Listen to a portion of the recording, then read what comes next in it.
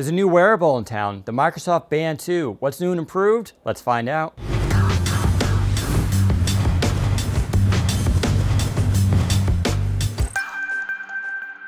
The Microsoft Band 2 is similar to what the Surface Pro 4 is to the Surface Pro 3. The overall functionality is the exact same, but there are so many smaller improvements that it feels and acts like a whole new device. Let's talk about design. Microsoft went back to the drawing board after feedback from the first Band. Here's what changed. The Band 2 is made from new materials, including medical-grade steel and a new type of rubber. There's also now a larger curved display at 320 by 128 pixels. As a bonus, it's now AMOLED instead of TFT. There's also Corning Gorilla Glass 3 with improved touch. There's also a new barometer sensor for elevation measurements like stair climbing. That is all in addition to the other 9 sensors, including heart rate, accelerometer, GPS, ambient light, UV, microphone, skin temperature, and galvanic skin response. Additionally, Microsoft moved around a lot of stuff to make the Band 2 much more comfortable and practical. For instance, the battery is moved from the side of the band to the clasp, the heart rate sensor moved from the clasp to underneath the display, the charging port moved from underneath the display to the clasp, and the UV sensor is now on the clasp. So everything is basically shifted around. The benefits from making all those moves make the Band 2 much more comfortable, as the sides now flex along the wrist.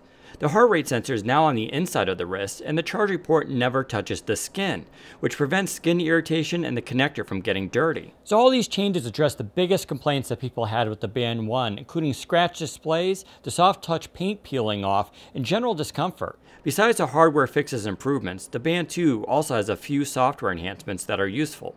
For instance, there is now an optional smart alarm feature that only goes off when you're tossing and turning in bed. Fun fact, I used to be a sleep technician at Cornell, and we never woke a patient out of a deep sleep because it causes disorientation. Instead, you wait until the patient moved, as the sleep state is very light during that moment. The Band 2 feature works by monitoring your movement during a 30-minute window around your alarm time. So if you set your alarm for 7 a.m., the Band 2 may wake you between 6:30 and 7, depending on when you toss and turn in bed.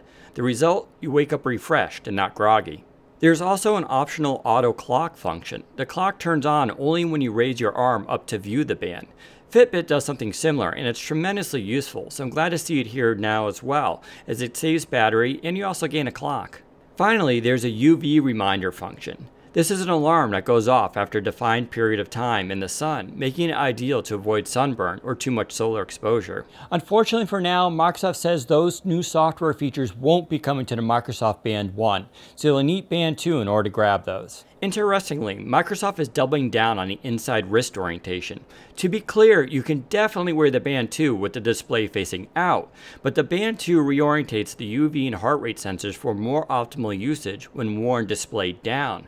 I prefer this style too, as it makes checking notifications and social settings less awkward. So how is the Band 2? Now, to be fair, I was a big fan of the Band 1, although I do agree with the general criticisms that people had with it. As far as I can tell, Microsoft fixed almost everything in the Band 2.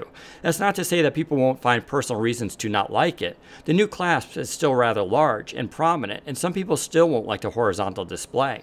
For myself, I really enjoyed the Band 2. It's comfortable, the display is so much better, and the sensors all work quite well.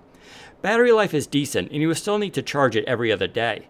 Like before, the best tip is to throw your Band 2 on the charger when taking a shower. The Band 2 can charge to around 70% in just 30 minutes, with 2 hours needed for a full charge. The new charger is also way better. The magnets are much stronger now. You won't be able to shake it off, and it clicks into the sculpted port. There are a few ways though the Band 2 could be better. For one, I like to see a double tap on the display to turn it on.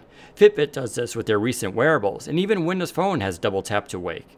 There are also some feature inconsistencies that work in favor of Windows Phone, for once. On an iPhone or Android phone, there is no Cortana option, no voice to text, and you cannot use the awesome on-screen keyboard for text replies. Those aren't deal breakers, but they are cool to have as options.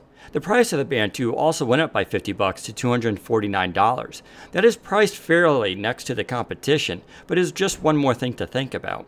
I also have some concerns over the stainless steel that is used. Although it does not cause any irritations, it can still scratch like any other metal, and the clasp has some slight marring after a few weeks of usage.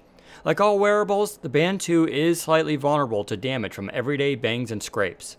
Finally, my biggest complaint is that there are no social features.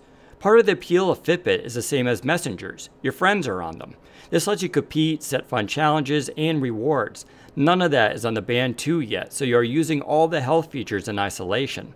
Microsoft says they are working on it, but it is just something we'll have to wait for. What about accuracy? I did find the heart rate sensor to be better than the Gen 1 version, and Microsoft says it's 20% more optimized. It is still not always on, and instead checks periodically to save battery. Step counting is also conservative when compared to Fitbit.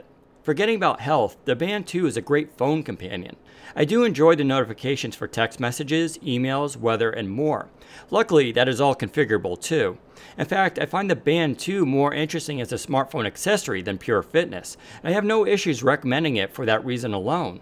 Overall, Microsoft did right with the Band 2. The new design not only feels better, but the whole thing looks more elegant. The price point is fair, and there are no real weaknesses to it.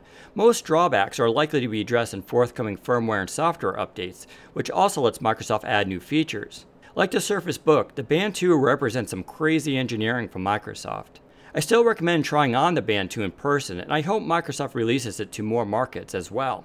But overall, the Band 2 is a winner. So that's our Microsoft Band 2 review. Remember, if you have questions, just head to Windows Central or jump into our Band 2 forums and ask away. Thanks for watching. Take care, everybody.